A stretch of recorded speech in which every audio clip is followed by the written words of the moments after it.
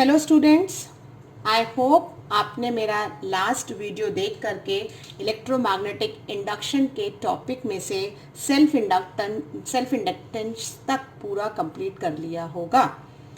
Self induction के बाद जो हमारा नेक्स्ट टॉपिक आता है इस चैप्टर में, दैट इज म्यूचुअल इंडक्शन। तो आज हमारा वीडियो जो है वो म्यूचुअल इंडक्शन को कवर करेगा, जिसमें हम म्यूचुअल इंडक्शन पढ़ेंगे और हम म्यूचुअल इंडक्टेंस निकालेंगे फॉर टू लॉन्ग सोलोनॉइड। जब सोलोनॉइड आपस में एक दूसरे पर कंप्लीटली बाउंड होती है एक के ऊपर एक, तब उसमें आपका म्यूचुअल इंडक्टेंस क्या होता है। क्लियर? तो सबसे पहले हम ये जानेंगे कि व्हाट इज म्यूचुअल इंडक्शन। तो इसके लिए आपको याद होगा हमने फैराडे का लॉ देखा था, एक्सपेरिमेंट देखा था फैराडे का, और उस एक्सपेरिमेंट में उन्होंने 2 कॉइल लिए थे, जिसके एक कॉइल में उन्होंने करंट पास किया था। ओके, टैप की को जैसे ही हम बंद करेंगे तो करंट पास होगा और उसे हम प्राइमरी कॉइल कहते हैं। तो ऑटोमेटिकली उस प्राइमरी कॉइल के आजू बाजू उसकी नियर विसिनिटी पर मैग्नेटिक फील्ड डेवलप होगी, और उस मैग्नेटिक फील्ड में जो सेकेंडरी कॉइल रखा रहेगा उसमें धीरे धीरे लाइंस ऑफ फोर्स बदलेंगी, क्योंकि as current grows in the primary the magnetic flux linked up okay in the secondary is going to change. तो प्राइमरी का करंट बदलेगा और सेकेंडरी में फ्लक्स चेंज होगा। तो ये आपके दोनों लोग म्यूचुअल काम कर रहे हैं, प्राइमरी के कारण सेकेंडरी में हो रहा है, इसीलिए इस फिनोमिना को म्यूचुअल इंडक्शन कहते हैं। तो हम ये कह सकते हैं कि phenomena according to which an opposing EMF is produced in the coil. Opposing EMF इस कॉइल में डेवलप होगा। अपोजिंग का मतलब ही होता है कि there will be one minus sign, क्योंकि फैराडे हमेशा कहता है it will oppose the cause, Lenz's हमेशा कहता है। तो फैराडे के हिसाब से ई क्या होगा, माइनस d∅dt। तो आप कह सकते हैं कि अपोजिंग ईएमएफ प्रोड्यूस्ड होता है in the coil secondary when there is a change in current in the primary. तो this is very important. So can I write in this way कि phi s का मतलब flux in secondary is changing because of current in primary, isn't it? तो phi s is directly proportional to IP, और यहाँ हम एक नया constant introduce करेंगे m, जिसे हम कहते हैं म्यूचुअल इंडक्टेंस। तो आपको m मिल जाएगा phi s by IP। This is very important formula. और अगर मैं IP को 1 कहती हूँ तो हमारा जो phi s है वो किसके बराबर होगा, numerically equal to mutual inductance. तो यहाँ से हम डिफाइन कर सकते हैं कि म्यूचुअल इंडक्टेंस एक्चुअली क्या होता है। It is equal to the magnetic fluxed link with one coil, एक कॉइल का मैग्नेटिक फ्लक्स जो लिंक्ड है, when the unit current flows through the neighbouring coil, जब म्यूचुअली उसके बाजू वाले किसी कॉइल में यूनिटी करंट होगा। करेक्ट? फिर अभी हमने देखा हुआ है फैराडे के लॉ से कि E is equal to minus d∅dt।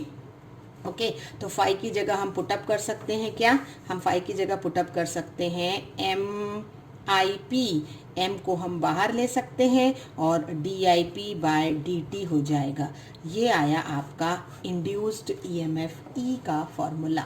ठीक है, तो अब आपका यहाँ मुझे अगर इससे डिफाइन करना है तो what I have to take, dIP/dt, यानी I have to take 1 ampere पर सेकेंड का करंट लेना पड़ेगा मुझे प्राइमरी में। अगर rate of change of current 1 ampere का है तो हमारा जो इंड्यूस्ड ईएमएफ है वो माइनस साइन का मतलब ही है कि अपोजिंग है। ओके, तो न्यूमेरिकली अगर हम बात करेंगे तो हम नेगेटिव साइन को कंसिडर नहीं करेंगे। अदरवाइज नेगेटिव साइन बार बार आपको क्या बता रहा है कि opposing nature of induced EMF is developed in one coil when in the primary the rate of change of current is unity। I hope यहाँ तक आपको क्लियर हो गया होगा। तो ये म्यूचुअल इंडक्शन का फिनोमिना है और म्यूचुअल इंडक्टेंस है। ये कांस्टेंट m जो होता है वो म्यूचुअल इंडक्टेंस होता है। अगला हम जानते हैं L का यूनिट जो होता है वो हेनरी होता है, जो हमारा सेल्फ इंडक्टेंस था। सिमिलरली M का यूनिट भी हेनरी ही होता है। तो यहाँ से भी आप हेनरी को डिफाइन कर सकते हैं E/di/dt। E का यूनिट होता है वोल्ट, क्योंकि EMF है, एम्पियर पर सेकेंड। तो वोल्ट एम्पियर पर सेकेंड यानी सेकेंड ऊपर जा सकता है, तो आप कहेंगे दिस वोल्ट सेकेंड पर ampere is termed as henry. तो यहाँ से आपको हेनरी का डेफिनेशन भी मिल जाएगा कि म्यूचुअल इंडक्टेंस दो कॉइल का एक हेनरी होता है। कब? If the rate of change of current is of 1 ampere पर second, okay, in one coil and induces the EMF in the neighboring coil. So this is all about mutual induction and mutual inductance. तो mutual induction एक phenomena है और उसमें हमें एक नया constant term मिला है mutual inductance. Our topic is now what is mutual inductance for two long solenoids. Okay, now two long solenoids are S1 and S2. In the last video भी हम देख चुके हैं कि सोलोनॉइड क्या होता है। एक टाइटली वाउंड हेलिकल ट्यूब पर वायर होता है जिसकी लेंथ मच लार्ज होती है as compare to its diameter. तो मैंने अभी एक सोलोनॉइड जो लिया है वो S1 लिया है और लेंथ ऑफ सोलोनॉइड L ली है। उस पर दूसरा सोलोनॉइड वाउंड है, उसके ऊपर लपटा हुआ है और उसका कॉइल जो है वो S2 है। तो हमारे पास दो हैं S1 एंड S2 जिसकी हम नंबर ऑफ टर्न्स ले रहे हैं N1 एंड N2। ये दोनों number of turns per unit length हैं। Keep in mind, per unit length का मतलब टोटल नंबर ऑफ टर्न्स पहले वाले का होगा, फर्स्ट वाले का कितना होगा, इट विल बी N1L और दूसरे वाले का नंबर ऑफ टर्न्स होगा N2L। पर यूनिट लेंथ का मतलब है total number of turns is divided by L। तो this is the first thing which you have to keep in mind. Now second thing is what कि हम या तो S1 को प्राइमरी ले सकते हैं या हम S2 को प्राइमरी ले सकते हैं। जिसमें हमें प्राइमरी लेना है उसमें से करंट जाएगा और जो सेकेंडरी होगा उसका फ्लक्स चेंज होगा। This you have to keep in mind. So let S1 is primary.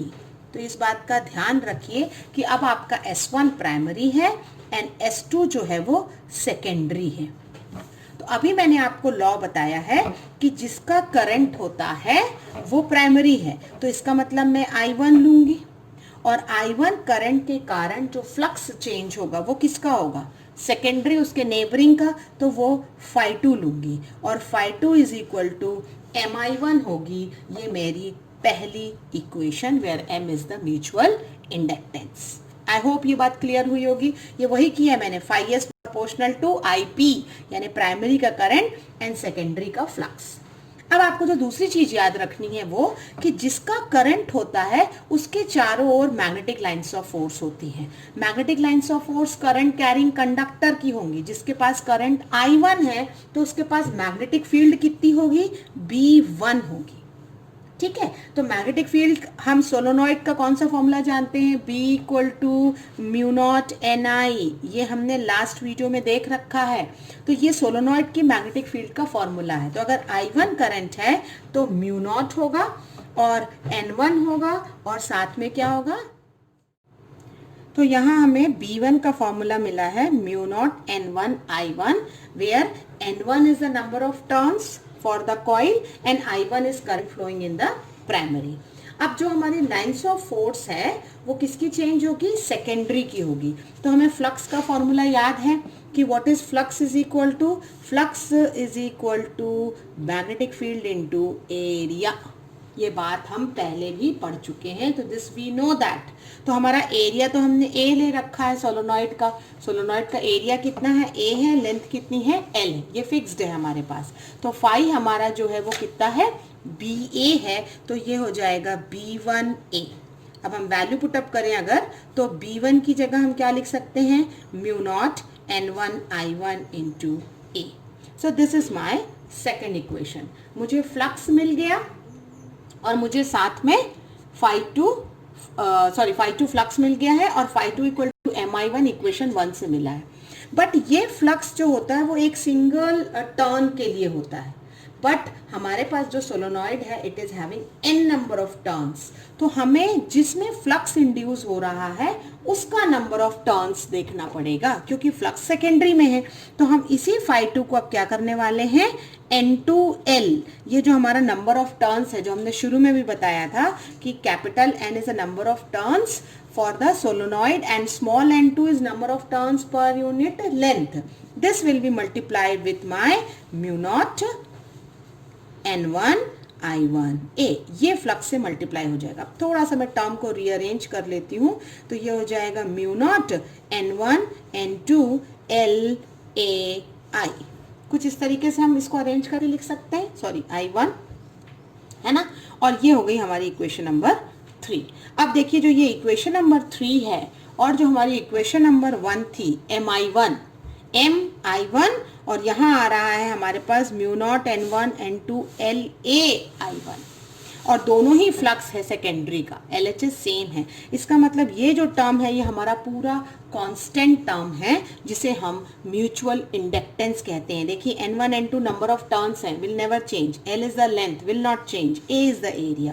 So mutual inductance का फॉर्मूला आया है mu naught n1 n2 AL and this is the formula for your mutual inductance for the two solenoid having tightly wound with each other. I hope ये clear हो गया होगा आपको. और अब हमारा जो अगला टॉपिक है that is mutual inductance for two concentric coils. But before that one more thing I would like to tell you कि बच्चे आप ज़रूरी नहीं है कि S1 प्राइमरी लें और S2 को सेकेंडरी लें. आप उल्टा भी कर सकते थे. S1 को आप सेकेंडरी ले सकते थे और S2 को प्राइमरी ले सकते थे. लेकिन हाँ उस समय फ्लक्स जो है वो phi1 हो जाएगा और करंट जो है वो I2 हो जाएगा. हर जगह आपका सिर्फ टर्म चेंज होगा but final answer will be the same कि mutual inductance is equal to M N1 N2 AL. हमारे नेक्स्ट टॉपिक में अब हम म्यूचुअल इंडक्टेंस निकालेंगे for two concentric coil. Concentric coil का क्या मतलब हुआ कि आपके कॉइल्स में दोनों का जो सेंटर है वो सेम है. ठीक है. तो मैंने मान लीजिए एक लिया है C1 और एक लिया है C2. ये दोनों मेरे कॉइल्स हैं और इनका रेडियस जो है वो R1 C1 का है और R2 C2 का है. करेक्ट. अब मैं कह रही हूं कि I2 is the current which is passed through C2. हमेशा इस बात को ध्यान दीजिए कि जहां करंट जा रहा है या जिसका भी हम करंट कंसिडर कर रहे हैं उसकी मैग्नेटिक फील्ड होगी लेकिन फ्लक्स जो है उसके नेबरिंग वाले कॉइल पे डेवलप होगा. ठीक है. तो सबसे पहले तो हमें ये याद रखना है कि हमारी जो कॉइल है उसकी मैग्नेटिक फील्ड क्या होती है जो हमने मैग्नेटिज्म के चैप्टर में ऑलरेडी डिराइव कर चुका है कि the magnetic field B is equal to mu naught upon 4 pi 2 pi I by R. This is the known formula. Okay. Magnetic field intensity for the coil is the known formula. इसमें आप cancel भी करके लिख सकते थे mu naught upon 2 I by R. It's your choice. Okay. तो आपने ये जो कहा है ये मैग्नेटिक फील्ड है जो आप जानते हैं यूजिंग बायट-सावर्ट लॉ और एम्पियर सर्कुलर लॉ. हम इसको प्रूव कर चुके हैं मैग्नेटिज्म के चैप्टर में. तो अब हमारे पास मैग्नेटिक फील्ड मालूम है. हमारा करंट कहाँ जा रहा था I2 कौन से लूप में C2 में. तो डेफिनेटली ये B2 होगा जिसे हम कह सकते हैं mu naught by 2 I2 by R2. This is my first equation. Direct हम पुटअप कर देंगे. अब हमारा फ्लक्स कौन से कॉइल में डेवलप होगा phi1 में होगा क्योंकि जो हमारा सेकेंडरी कॉइल है मतलब जो हमारा सेकेंड कॉइल है या उसको सेकेंडरी भी बोल सकते हैं वो C1 है. तो फ्लक्स उसी में होगा और फ्लक्स का फॉर्मूला होता है मैग्नेटिक फील्ड इनटू एरिया. यहाँ आपको ध्यान रखना है कि क्योंकि सर्कुलर शेप है तो एरिया होगा पाई R1 स्क्वायर क्योंकि मैंने शुरू में ही आपको बताया कि हमने कंसिडर किया है R1 R2 रेडियस. हम वैल्यू पुटअप कर सकते हैं और हमें B2 का value mu naught 2 I2 R2 है और यहाँ हम कर सकते हैं पाई R1 स्क्वायर.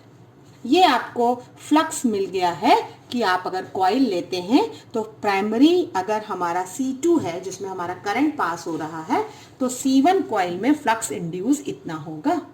बट हम डेफिनेशन से ऑलरेडी जानते हैं कि phi1 is nothing but MI1. phi1 is nothing but MI2. Sorry current in secondary का. तो phi1 is nothing but MI2. तो अगर मैं इस टर्म को थोड़ा सा रीअरेंज करूं तो mu naught upon 2 pi R1 square by R2 into I2 में कुछ इस तरीके से लिख सकती हूँ.